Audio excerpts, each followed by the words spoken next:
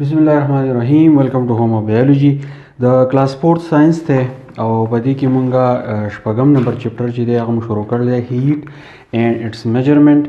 په 55 نمبر پیج باندې د سرکاري سکولونو چې کوم د ساينس کتاب دی د څلورم نو پای کې نوی ټاپک دی کامن سکیلز اف ټمپریچر. کامن سکیل اف ټمپریچر مطلب دا دی چې مونږه ترمامیټر باره کې چې دی مونږه خبرې شروع کړې دي. نو ترمامیټر باره کې مونږه دا وایي چې ترمامیټر داسې یو آله ده چې په هغې باندې مونږه د یو څیز ګرموالی یا د یو څیز یخوالی چې دی هغه مونږه معلومو. نو د دې دپاره څه سکیلز دي. که فرض که ترمامیټر تاسو راوالی چېرته ناجوړه شي او کلینیک ته تاسو لاړ شئ، د ډاکټر نه تاسو ترمامیټر راوالی، نو په هغې باندې د پیمانې په شان نښې شوي، نو هغې ته مونږ وایو سکیلز. نو اوس په ترمامیټر باندې کم داسې سکیلز دي چې هغه ډېر زیات عام دي، هغه مونږ اینو او هغه مونږ له زمونږ د جسم ټمپریچر صحیح رهنمایي چې ده نو هغه مونږ له کوي. ستاسو په دې 55 نمبر پیج باندې څه ورکړلي؟ دیر آر ټو کامنلی یوزډ سکیل. دا یاد ساتئ، کم ترمامیټر چې دی نو په دې باندې عام طور چې دي دوه عام سکیلز دي. ون سکیل از نون ایز د سیلسیس سکیل اور سینټیګریډ سکیل. یاد ساتئ په دې کې یو سکیل چې یعنی په ترمامیټر باندې چې د پیمانې کم شکل دي، د ترمامیټر چې د شیشې نه جوړي، په دغه شیشه باندې چې دی وړې وړې نښې شوي د پیمانې په شان، نو په دې کې هغه یو سکیل چې نو هغې ته مونږ سیلسیس سکیل وایو. او د سیلسیس سکیل نه علاوه دې ته مونږ بل نوم وایو سینټیګریډ سکیل.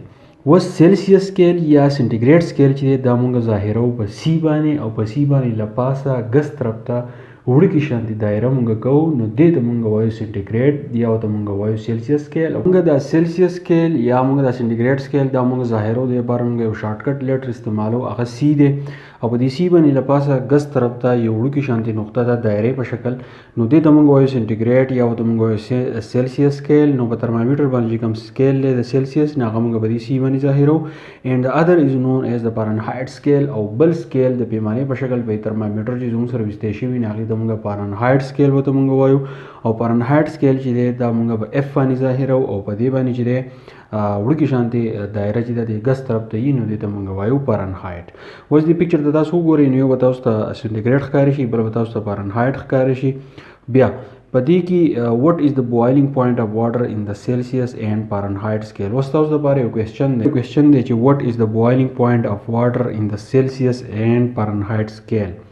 چې فرض که اوبه چې دي د هغې بوایلینګ پوینټ مونږ معلومو، نو بوایلینګ پوینټ چې دی په کم پوینټ باندې چې دا خوټ کېږي نو هغې ته چې دی مونږ بوایلینګ پوینټ وایو. په کم سپاټ باندې، په کوم پوینټ باندې چې دا کله خوټ کېده شروع کوي نو هغې ته چې دی مونږ بوایلینګ پوینټ وایو.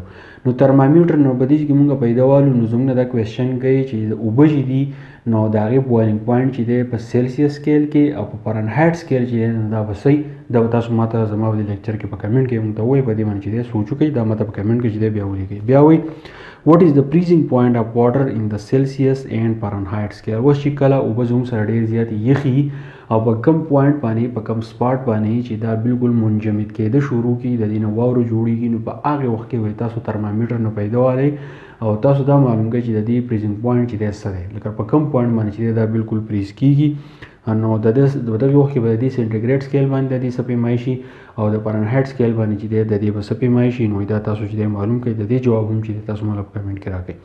نو پراني لیکچر کې دا خبره وه چې کم ترمامیټر چې دی په دې چې کم سکیل دي نو هغه دوه دي د پیمانې په شکل. یو ته مونږ سینټیګریډ سکیل وایو او بل ته مونږ فارنهایټ سکیل وایو. سینټیګریډ سکیل چې دی هغه مونږ په سی باندې ظاهرو، په دې باندې له پاسه ګس طرف ته وړوکې شانتې نقطې دایرې په شکل، او فارنهایټ سکیل مونږ په اف باندې ظاهرو، په دې کې هم وړوکې شانتې نقطې ګس طرف ته دایرې په شکل. نو دا و کامن سکیلز اف ټمپریچر. کلاس 4 ماشومان لپاره چې دی دا ښه دي، او تاسو په ترمامیټر د هغې په ډرایونګ باندې چې دی تاسو پریکټس وکړئ چې دا څیز چې دی دا ستاسو زده شي. خپل فیډبیک ماله ضرور راکړئ. تھینک یو، ډېر مننه.